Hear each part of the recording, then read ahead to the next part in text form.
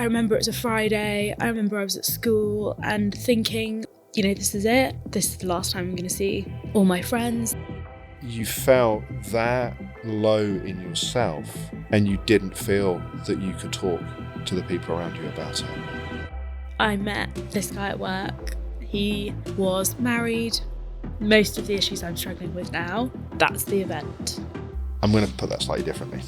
If you didn't have the experiences that you'd had in childhood, you wouldn't have ended up in that relationship. I don't know how to be vulnerable, don't want to be vulnerable, because the only time I was, that happened. It's really shifting that relationship with yourself. Do you think that I am capable?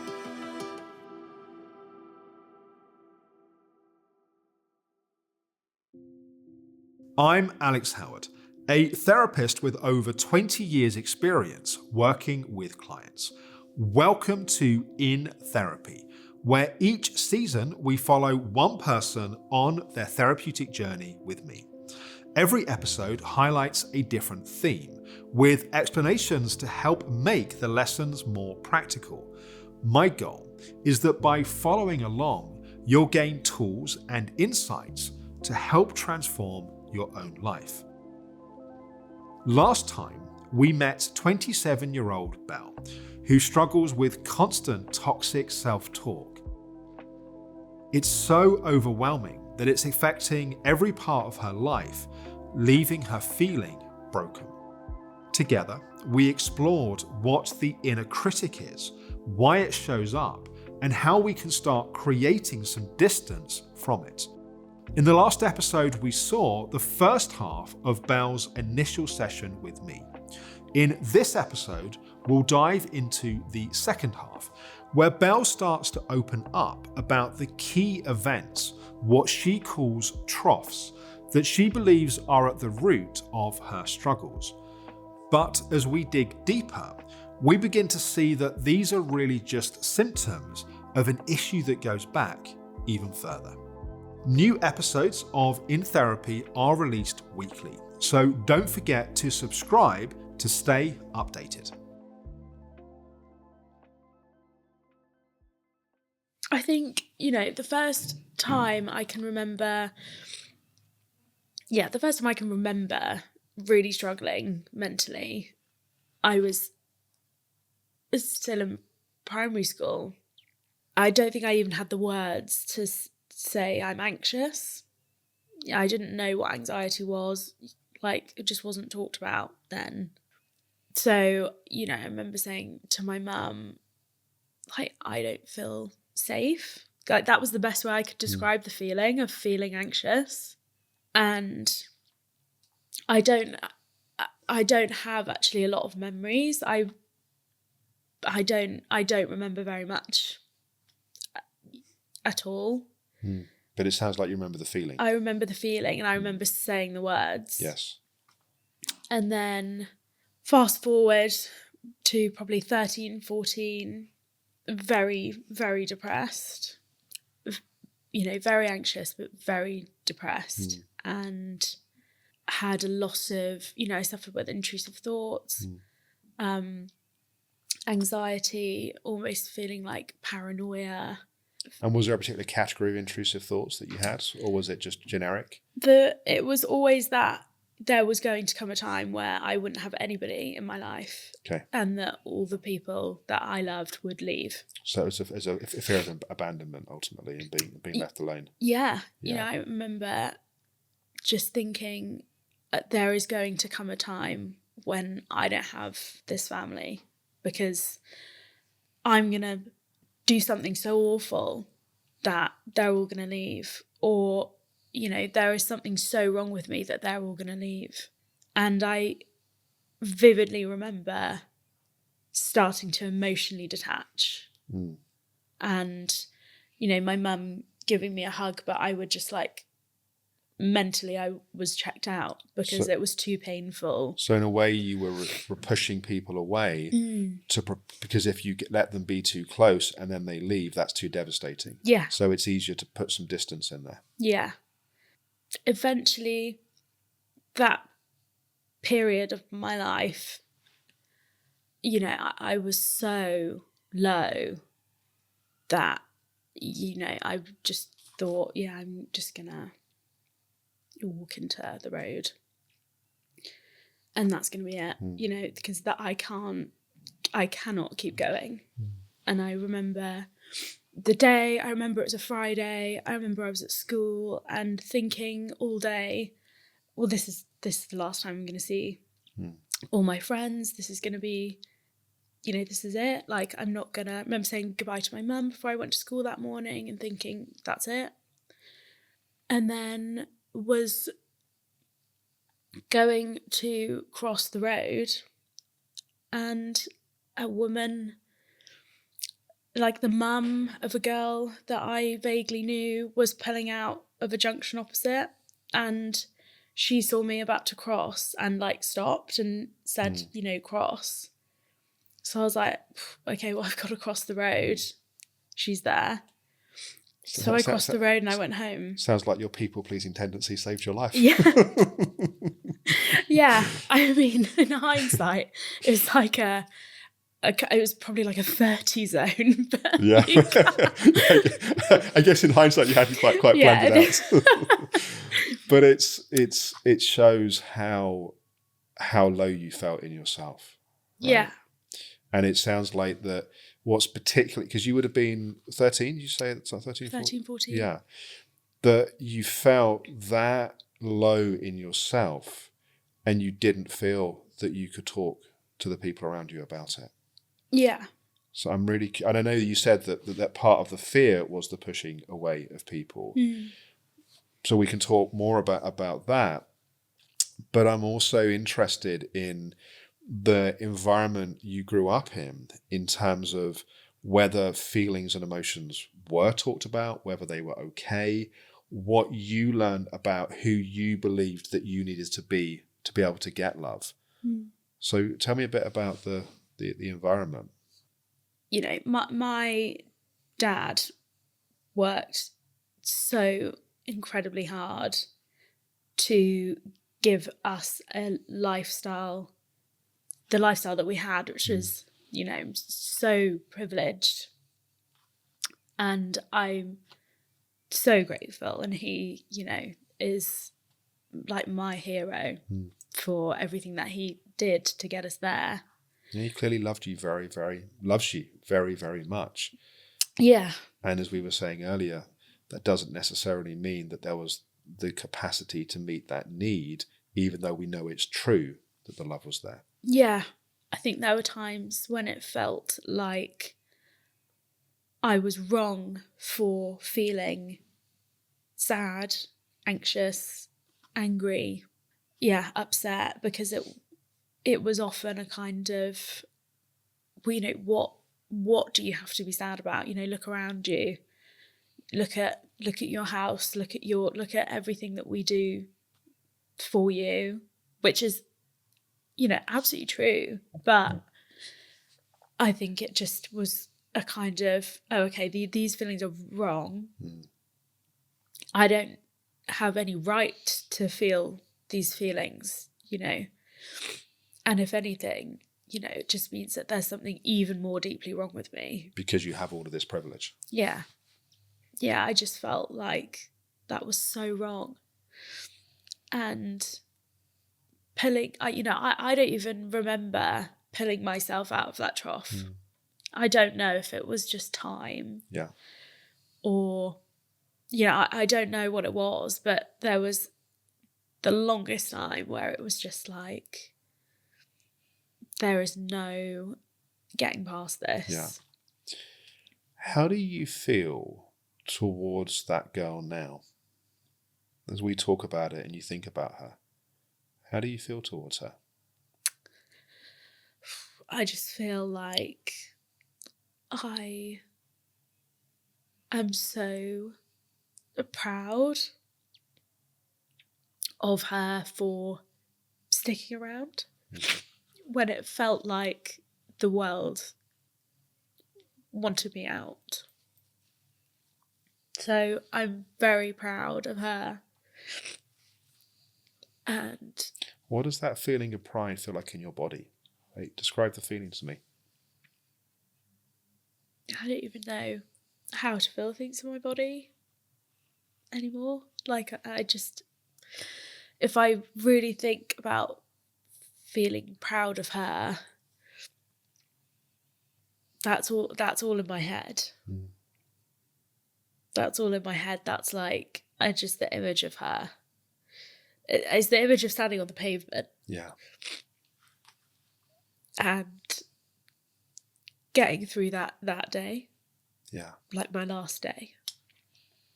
Yeah, but she did more than that, because then she did ask for help in the way that she knew how to. Yeah. Right? Like, she was held back in how fully she could take that help, but she did a lot.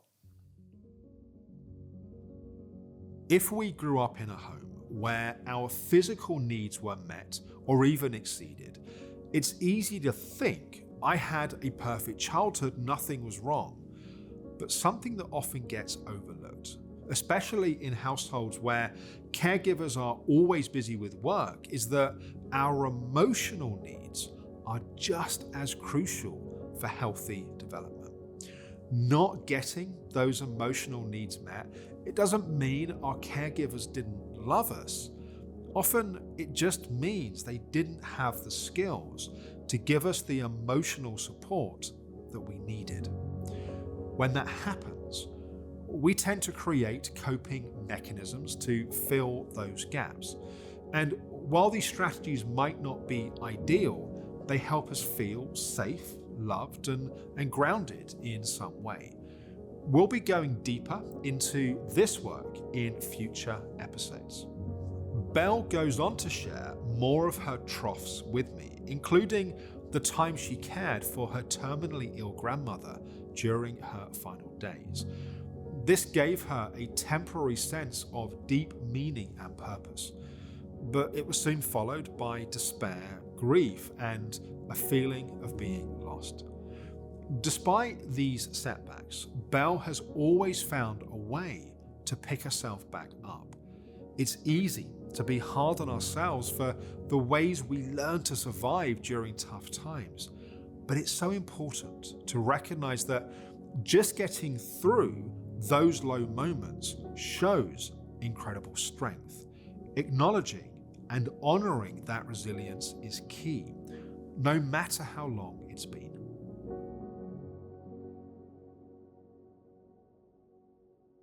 And how about troughs since then? So, this is the big one. Okay. So I was working up in Oxford, and I met this guy at work. Nothing romantic at all. It's just like, everybody knew everybody. It wasn't a massive business, but I remember meeting him and thinking, or not even thinking, but knowing, like, this is going to be an important person.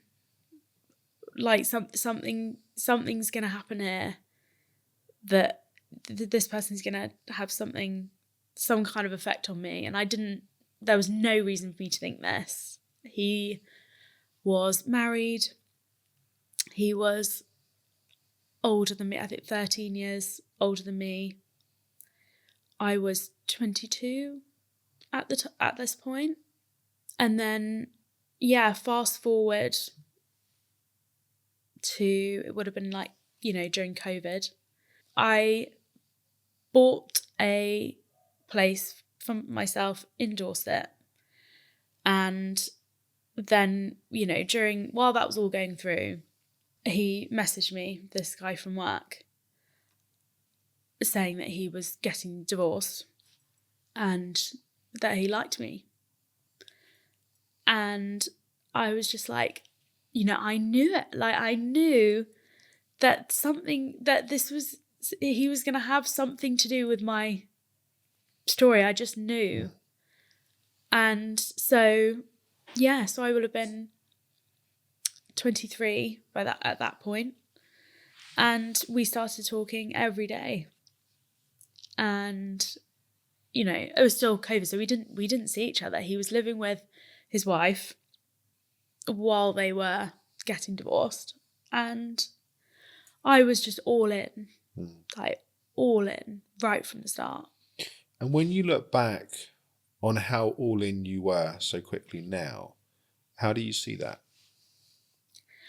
I just see that as, you know, someone coming along and, you know, offering me everything I'd ever wanted. Like, you know, he knew me, he knew who I was. You know, he didn't know me that well, but, you know, he'd seen me at work. He knew I was just kind of like, oh, this is somebody who knows me, and, you know, it's not someone who's like swiping on a dating app.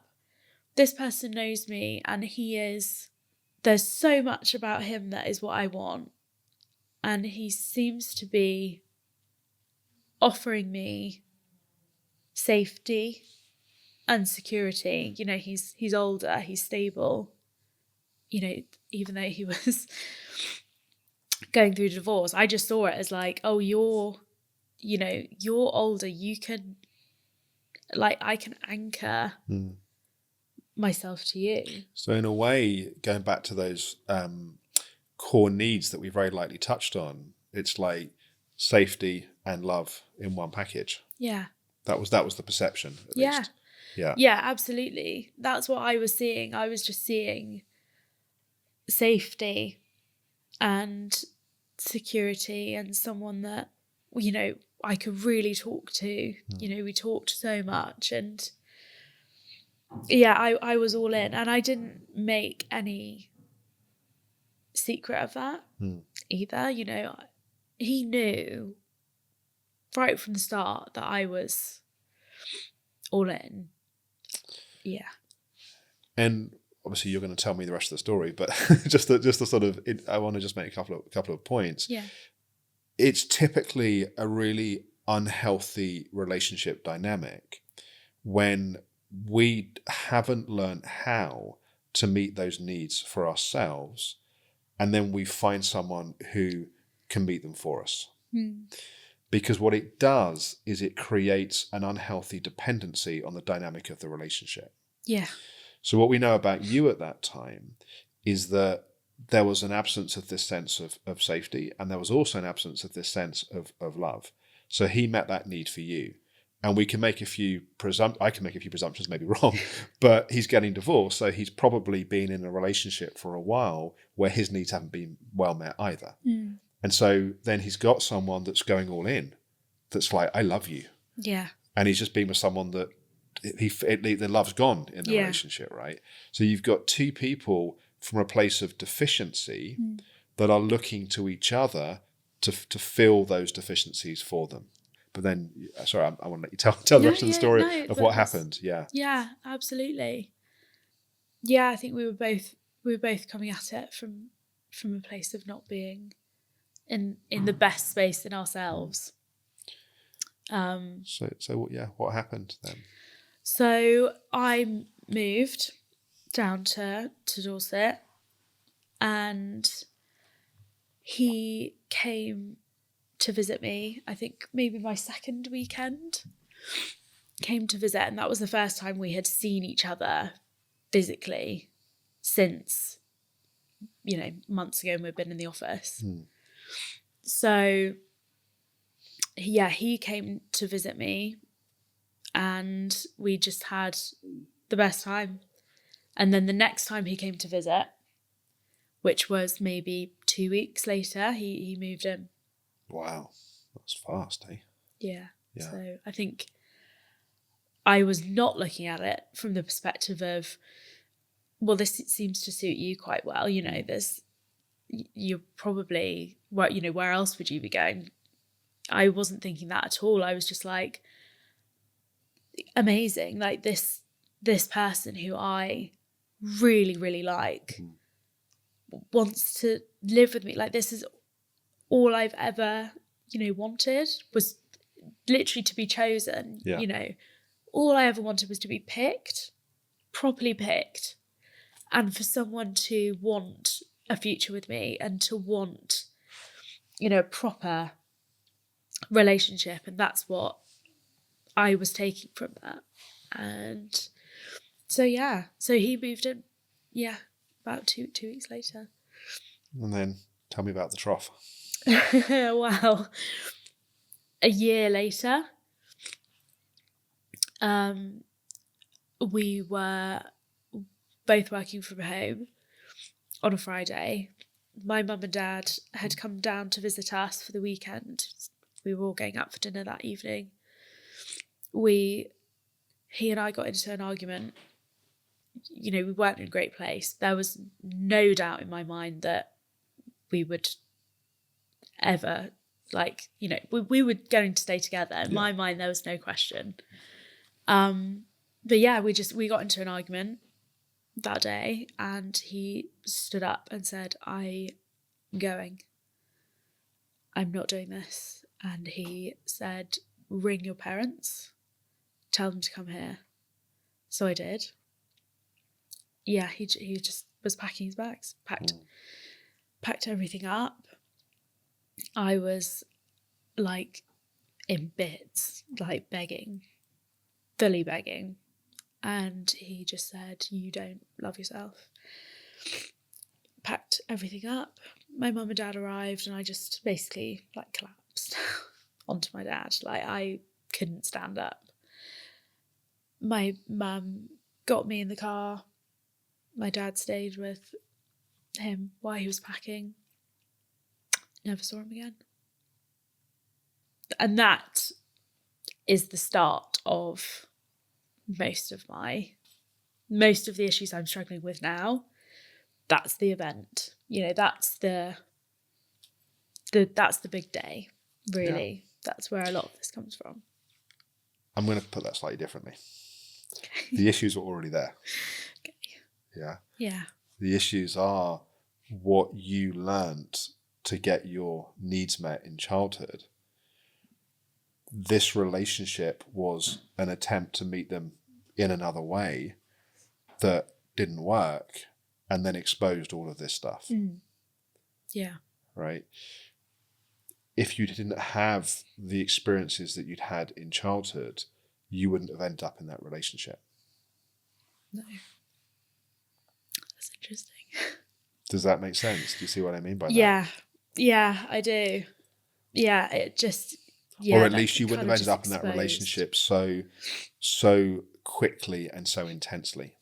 Yeah. And there would have been warning signs, and there would have been a sense of, hang on a second, this person's just getting divorced, let's just go a bit slower, let's just let it. And obviously COVID made a lot of things more intense, because you weren't the only person that just went all in with someone in that way, and something worked out for, something didn't work out for. Yeah. But I think it's important that, as much as you were clearly very, very hurt by that relationship and what happened, the history is what's actually important here, because that was another example of that history manifesting, which is good, because we can't change him, we can't change what happened in that relationship, but we can change how you've responded to and what you've learned from the history. If you're interested in having your own therapeutic journey using the same therapeutic methodology that I'm using with Belle, which is called therapeutic coaching, you can explore working with my own practitioner team here at the Optimum Health Clinic. For more information, visit theoptimumhealthclinic.com/in-therapy. So tell me about that trough and how you came through that. I couldn't eat. I couldn't stop crying, and everyone was crying. My dad cried, my mum cried, my sister cried, my brother-in-law cried, everybody. It was so deep, it was so shocking for everybody. I was just in shock for weeks and weeks, in pure shock. So it felt like I left my body. I totally left my body that day, and just retreated into my head, and I've never really found my way back down into my body. I'd completely lost my appetite. Like, had no hunger. I couldn't sleep. I was in a really bad place mentally, so anxious. It took me a very, very long time to have any anger towards him at all. You know, not probably only recently do I have proper anger towards him. For the first year and a half, I was only angry at myself. Because it was your fault. Yeah, it was totally, yeah. I was honestly just like, you are the worst person in the world. That was your person. You drove him away. I was so livid with myself. I wasn't angry with him for a long time. Because you put it on when your friends are like, oh, what an idiot. We hate him, blah, blah, blah. You're like, yeah, I'm so angry. What an arse. And then it took a really long time for me to actually feel like, hang on a minute. I was too young. Yeah, you were too young, and he hadn't processed his divorce. Pretty much the worst thing people can do when they come out of divorce is go straight into another relationship.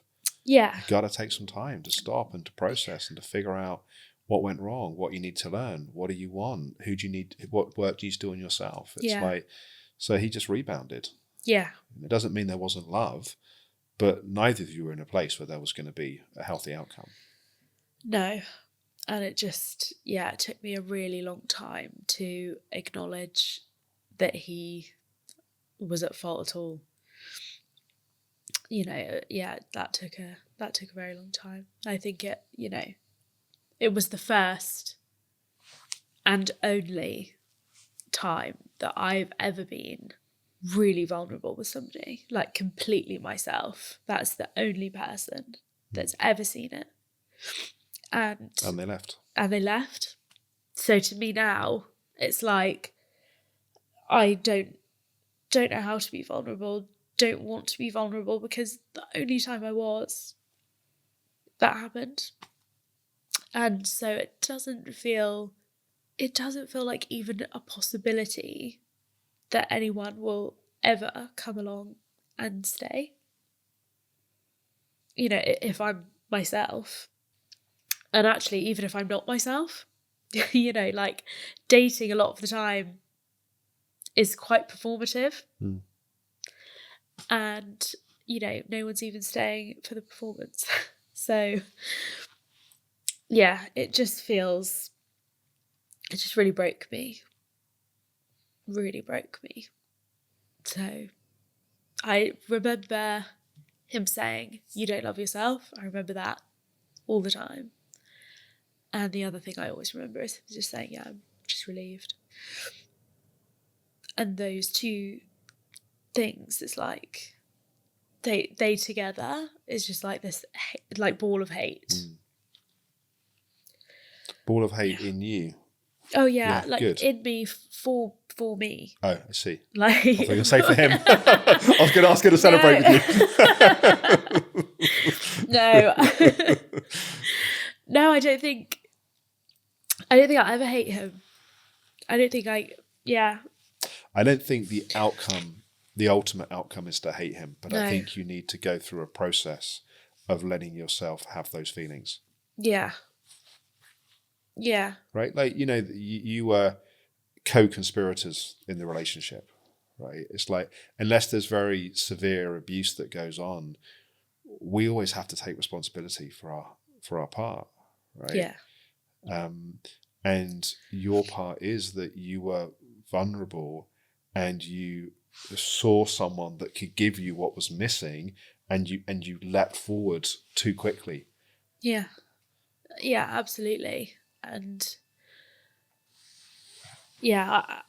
and for, like I said, for a long time, all I could acknowledge was my part. I didn't feel like he had done anything wrong, except for leaving in the way that he did. Yeah. It was all on me, for sure. Big time.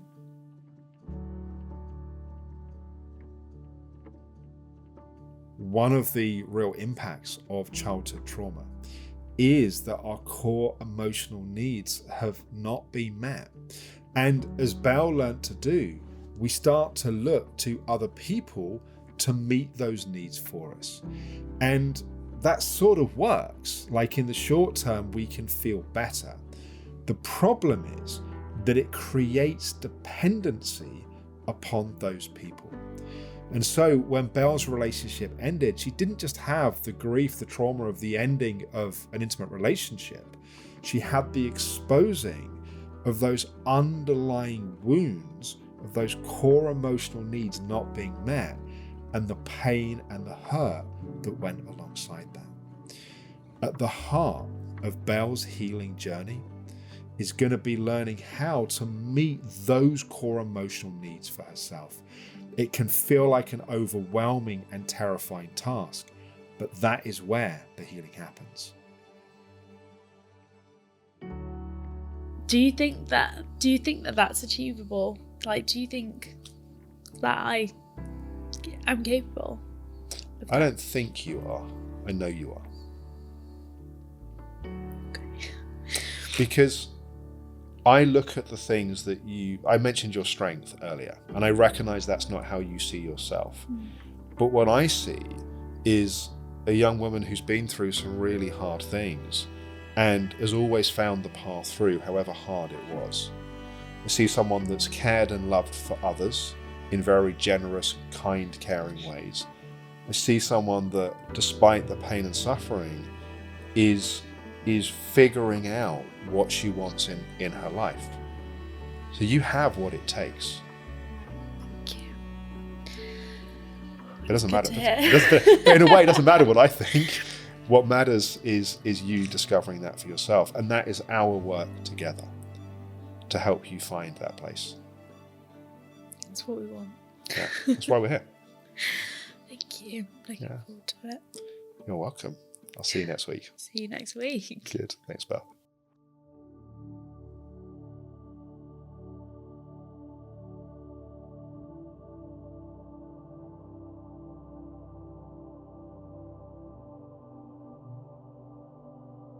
Had my first session today, which was really good.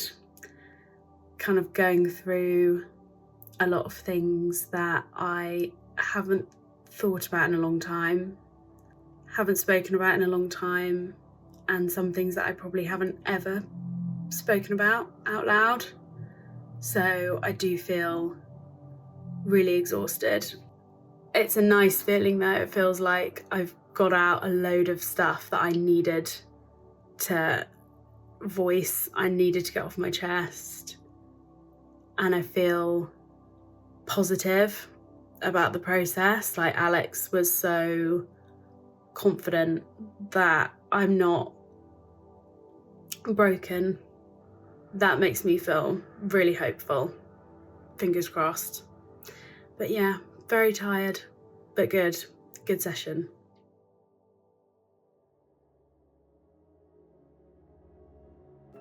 I just find it so hard to be vulnerable.